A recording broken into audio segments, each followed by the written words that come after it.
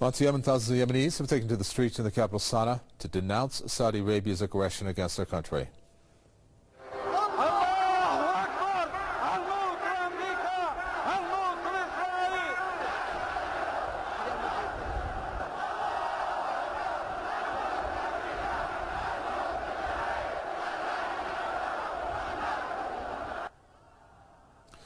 Protesters chanted slogans against Saudi Arabia and its allies and said that their country will never accept humiliation.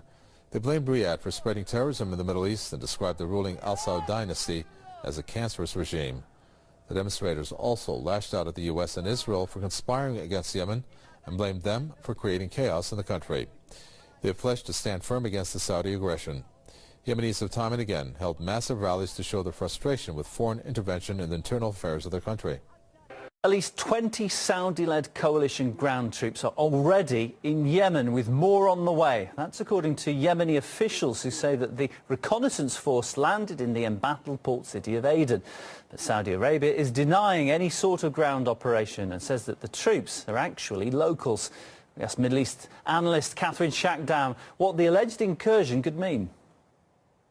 Some kind of reconnaissance forces trying to kind of figure out, where the Houthis are at and how a military operation on the ground with kind of, the high wood frame on the ground. I don't think they're going in there really to commit just yet. In terms of military intervention, it's always better when something is done quickly. You don't want to drag in because you don't know what the outcome will be. And that's the danger when it comes to Yemen. Yemen is a very, dangerous country. I mean, there are so many dangerous elements in there, in terms of terror, that it is ridiculous to think that a military intervention on the ground will help anything. There have been so many civilian deaths that I think the international community is realizing that it can't continue that much longer. I mean, people will reach a point where they will say no more. This follows 5 weeks of coalition airstrikes in Yemen. Saudi officials had earlier said that a ground operation would indeed eventually follow the bombardment campaign. A potential invasion force is already in position. That's why the airstrikes take an increasingly heavy toll on civilians.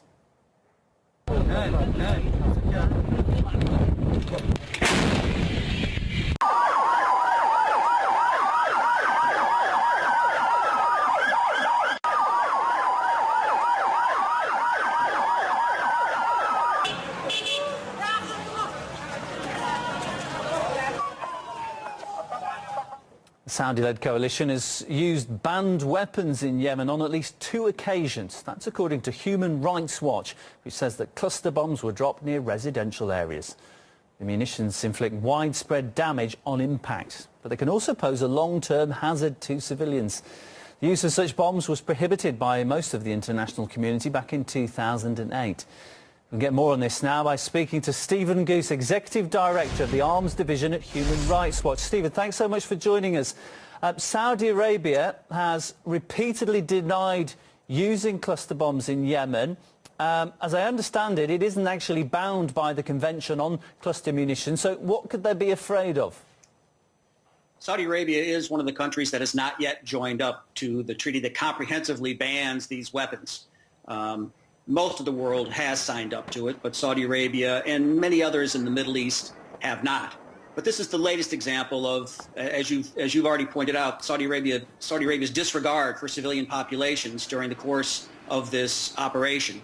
Perhaps one of the more egregious examples of their disregard, because these are weapons that the rest of the world has rejected. Now, the cluster bombs themselves, the suggestion has been that these were made in America. The US also didn't join the international ban on the use of cluster bombs, but what about the sale of them? Is that not prohibited? The US has an export prohibition in effect, has been for a number of years, which points out they know that these are dangerous weapons. But these particular cluster munitions, which are some of the more high-tech varieties of cluster munitions, are exempted from the US export ban. And the U.S. has provided them to both Saudi Arabia and to the United Arab Emirates, which is also part of the Coalition Act. In fact, we're not sure which of the two of them used cluster munitions in these attacks in April.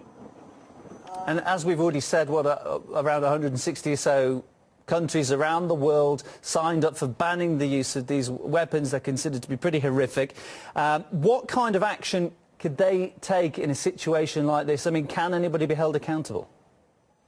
Well, we think that it's important that all of those who have signed the treaty speak out against this. It's important to stigmatize any use of these weapons in any circumstance. They just should be seen as beyond the pale, the way you would view chemical weapons or biological weapons. They should never be used by anyone, anywhere, anytime. So international outrage at this latest use of cluster munitions is really important.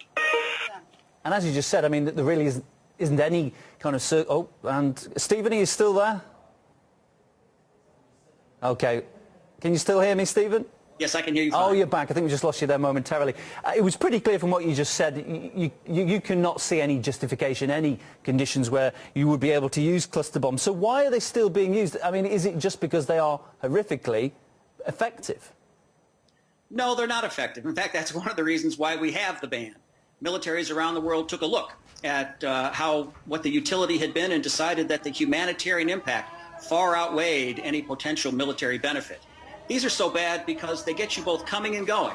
They are very dangerous to civilians and, in fact, to soldiers when they're first used because they spread out over such a wide area, more than a football field, and kill or injure anybody in that area. And then many of them fail to explode on impact the way that they're designed, and then they become essentially landmines that sit there and wait for a civilian or a soldier to come along, and it may be your own soldier.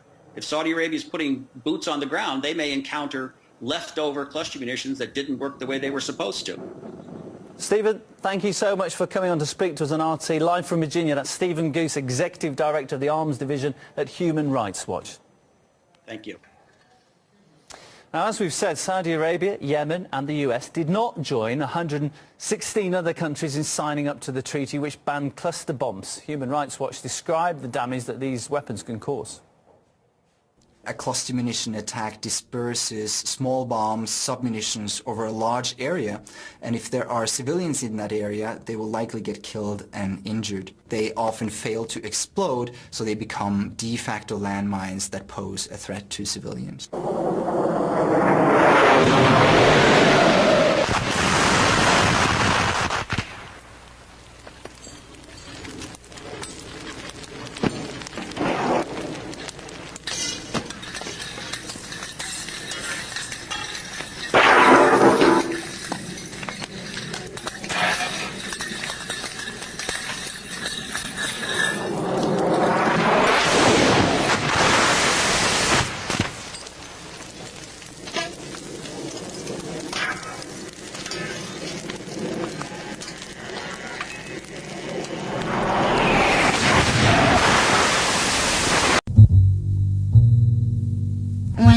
Americans come to Iraq. My brother take one from the cluster bombs. He thought that it was a game. I was not with them. I was a little back. That's why I live now. It was very bad day.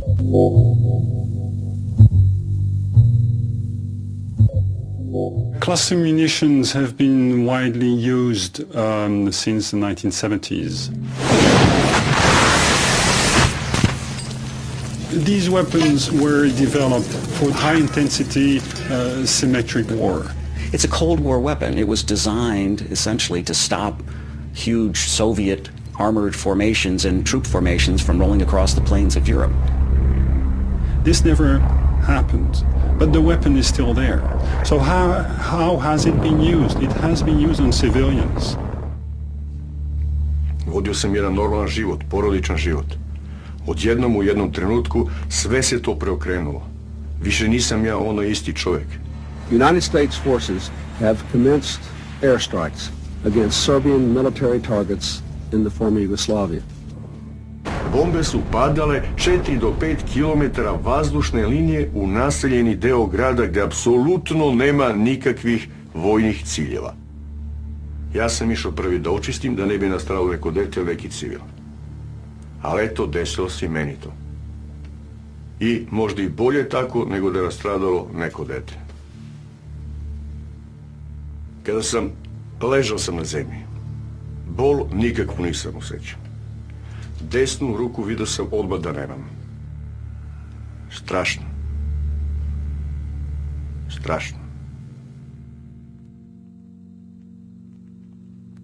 They're a very indiscriminate weapon by definition.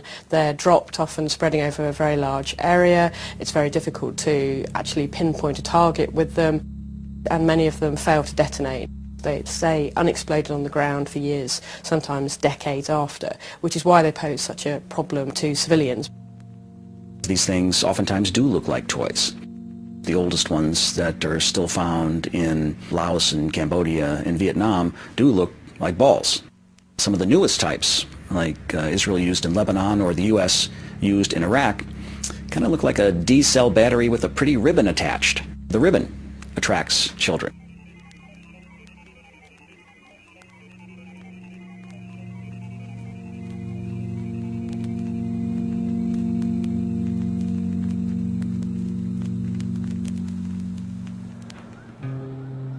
Together we have achieved a goal many thought was impossible.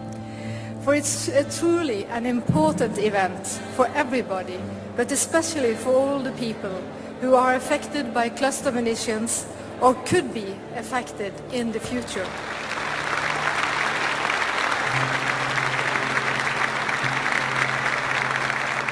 A few years ago it was an impossible thought that we would actually achieve a treaty that over 100 governments would sign to say yes, we ban this whole weapons type. We need you for the long haul. This is only the beginning. The campaign to ban cluster bombs has been a global coalition, so we've got many individual contributions. U ovom istorijskom danu, kada se potpisuje sporazum o zabrani kasnih bombi, tih ubica. When you have all of these campaigners around the world working together for a common cause, you can really do much more than just the sum of the parts. You can actually achieve something quite momentous, a sort of massive change, and I think that's what we've had here in Oslo.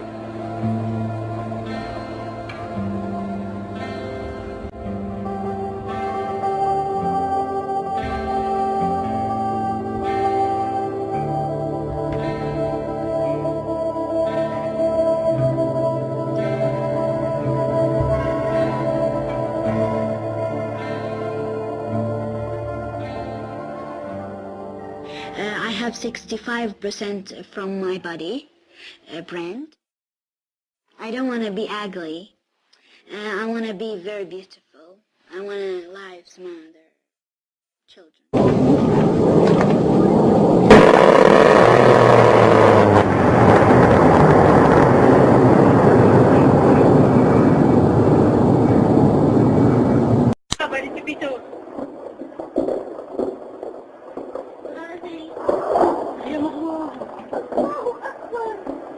لا إله إلا الله لا لا